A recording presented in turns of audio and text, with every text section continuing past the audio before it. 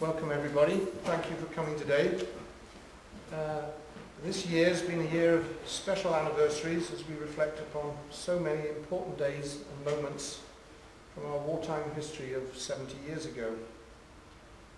We, the Sunderland Trust, have pretty much taken the lead locally in commemorating important anniversaries, and we're all very proud of the way in which the commemoration of the site of the Land Reef oil tanks was staged in August.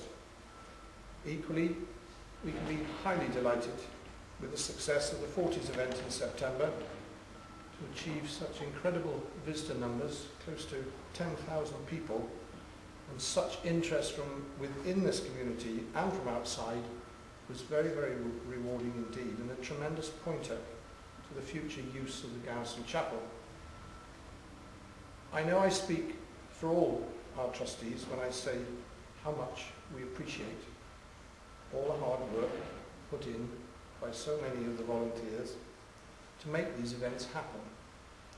And on top of the regular commitment made by the volunteer team in running the Flying Boat Centre, which has become such a magnet for visitors, we are blessed with a volunteer team second to none, and your contributions to the Trust and the rapidly developing elements of this project are truly appreciated. For us all here today, there is a special anniversary, and this of course centres around our Sunderland T9044, which is such a central part of our plans and our visions for the future heritage interpretation here in Pembroke Dock. Today we remember a moment in our local history from 70 years ago which has huge significance to the future of this community. On the 12th of November, 70 years ago tonight, in a terrific gale, ironically very similar to the blow we had last night, our Sunderland broke away from its moorings and sank. Thankfully, there were no casualties, but the aircraft was lost seemingly forever. All that changed when it was found decades later by divers.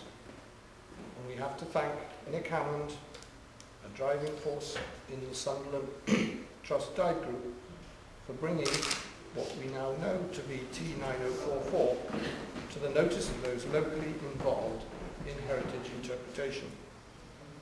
9044 has quickly become central to the plans of the Trust to champion not only our flying boat story, which is so important, but also the wider naval, military and RAF history of this remarkable community, and with it, its county, Wales, UK and indeed international dimensions. Today we had hoped that our special friends, Wing Commander Derek Martin and his wife Betty, would have been able to join us here. Derek, who as you know well flew our own Sunderland, is awaiting a small operation and so decided not to come today. But he is planning a sortie to PD in the spring, and we look forward to that very, very much, having such happy memories of his recent visits. We are, though, delighted to welcome other friends who have hands-on memories and experience of our wonderful Sunderland. We welcome, in particular, Ron Currell from Pembroke, who was a wartime pilot with 201 and 270 squadrons.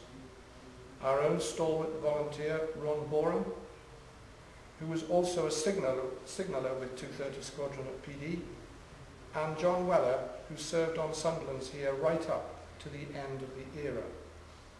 There are others here too who have personal memories of this iconic aircraft, and all very welcome indeed. We're also delighted to welcome Councillor Maureen Colwyn, Mayor of Pembroke Dock, and acknowledge her council's full support of our plans. Thank you. Our central aim as the Sunderland Trust has always been to recover 9044, the only Mark I Sunderland in the world, and display it here in Pembroke Dock as a living memorial in a centre which tells the story of the crucial Battle of the Atlantic campaign, and indeed the story of how flying boats evolved at places like Pembroke Dock.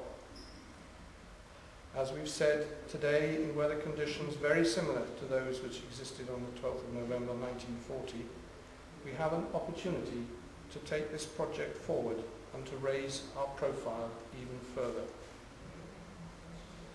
Today, the 70th anniversary of the sinking of 9044 provides us with a launching platform for a major fundraising campaign for the recovery, conservation and display of our aircraft.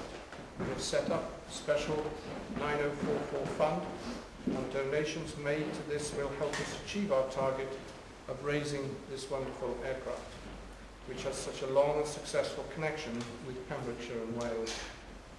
This all links to the imminent launch of our new website, through which donations can be made online or direct by post to our office here in Sunderland House.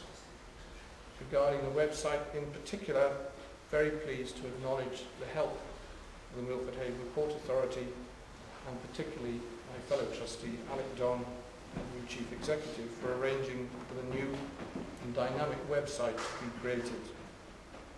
So, 70 years on, we have our sights firmly on the recovery and its conservation and display in this town. We have a team working with this specifically in mind, and we seek to achieve this as quickly as possible, hopefully next year. The donations of many people worldwide and our fund will help us greatly in our ambition to undertake something which will be unique within the UK. Thank you sincerely for your support and for coming to us today. And more importantly, please continue to spread the word, spread the message about our plans for 9044 and the wider heritage of a community which, in just 2 years' time, will celebrate its own special anniversary. 200 years since it became a town. So thank you all very much. There are a lot of interesting, important people to talk to today, far more interesting than me. So please talk. We're going to have a cup of coffee and a good chat and read all our bits and pieces and watch this historic film and think about our aircraft, which 70 years ago today was seeing its last couple of hours of daylight. So thank you all, and we'll have a cup of coffee, I'm sure now. Thank you.